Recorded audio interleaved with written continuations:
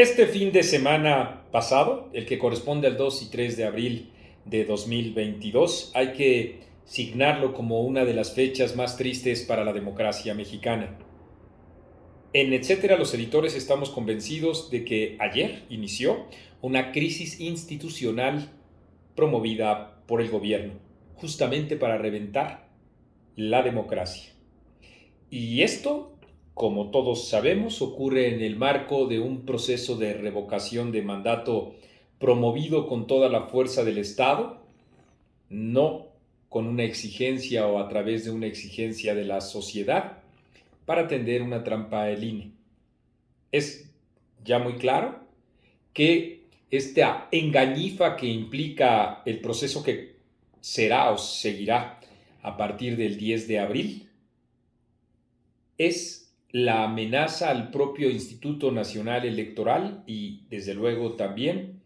el hecho de que desde el 3 de febrero que comenzó este proceso al próximo 10 de abril, el gobierno federal ha transgredido la ley sin que le importe un ápice la regulación del propio órgano electoral, del árbitro. Pero además también implica no solo un bombardeo al propio instituto, en un proceso que a nadie le importa y que no es ni será vinculatorio en modo alguno, que además de lo costoso y de lo que implica una permanente propaganda en favor del presidente de la República, ha quedado claro, a través del activismo de Adán Augusto López, una muy clara ruptura institucional porque Adán Augusto ha dejado de ser el secretario de Gobernación, eso hay que tenerlo muy claro. El día de antier y de ayer, el propio Adán Augusto dejó perfectamente claro que es más bien un grillo de corte estudiantil,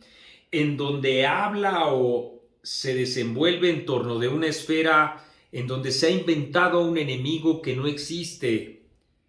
No está solo, presidente, como si alguien estuviera o un sector importante de la sociedad estuviera buscando su desaparición. Dice Andrés Manuel López Obrador que no deja de ser raro que en México quienes lo criticamos no estemos de acuerdo con que él sea revocado. Pues no lo estamos, en primer lugar, porque el mandato que él tiene es justamente para cumplirse en 6 años. Y en segundo lugar, porque este proceso es una engañifa, no hay resultado posible vinculatorio que implique la posibilidad de su propia salida. Lo que hay es un gasto enorme de más de 1,500 millones de pesos para generar una maquinaria propagandista que significa, como he dicho, toda la fuerza del Estado para generar una crisis institucional en donde ha quedado muy claro, al menos por 3 elementos, que el gobierno federal quiere acabar con la democracia. Primero, porque ha convertido este proceso en un asiduo bombardeo en contra del INE que ya generó también el dicho del presidente de la República, porque presentará una reforma que implica la desaparición del INE. Segundo hecho, porque hemos visto que desde el 3 de febrero a la fecha, el gobierno federal ha violado o transgredido completamente la ley, no importándole absolutamente nada, ni ningún contrapeso, ni absolutamente nada, reitero.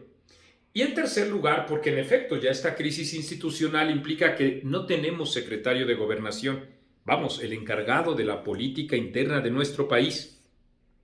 Adán Augusto López se ha mostrado, como he dicho, como un militante que además está utilizando los recursos del Estado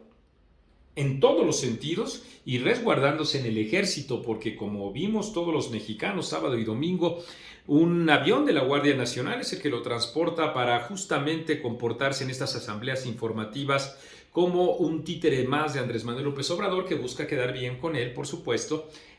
aunque se abran las posibilidades o que con ellos se abran las posibilidades de que él sea el presidente de la República. A nosotros en Etcétera lo que menos nos importa es eso.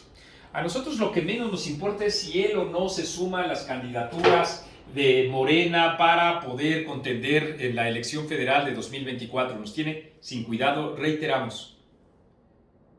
Lo que nosotros estamos completamente seguros en estos momentos es que la preocupación que debemos tener es esa, que se trata ya de una crisis institucional. No le importa la Constitución a Andrés Manuel López Obrador,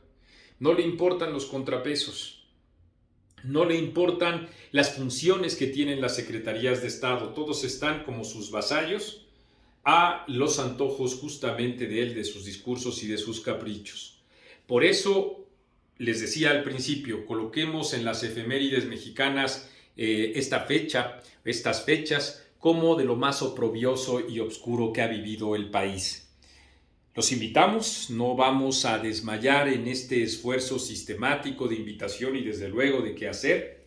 a que por distintas vías, las que dé la imaginación de cada uno de nosotros, a que compartamos estos materiales, a que salgamos a las calles, a que defendamos la democracia desde la manera más imaginativa que nosotros podamos tener, porque al final de cuentas el piso de los ciudadanos, la memoria de los mismos son los únicos que podrán hacer frente a esta situación, porque ustedes vieron, es de verdad toda una lástima que mientras 2 y 3 de abril está el secretario de Gobernación haciendo toda esta serie de desfiguros, los partidos políticos de oposición lanzando en las redes sociales a sus candidatos, como parte de un proceso que uno puede entender, desde luego, como parte de la democracia que uno debe impulsar, desde luego, pero también como una disociación enorme, porque el discurso de estos partidos no señala con la fortaleza y con la contundencia que estoy seguro decenas de miles de ciudadanos quisiéramos. Hay, eso sí, un aliciente cuando justamente el día de hoy el Partido Revolucionario Institucional ha señalado que no va con la reforma energética propuesta por el gobierno y también en el planteamiento de que los 3 partidos principales, el PRI, el PAN y el PRD, presentarán una propuesta alternativa. Ese ya es, desde luego, otro momento, pero no hay que dejar de señalar, sí, en efecto, que la oposición debe,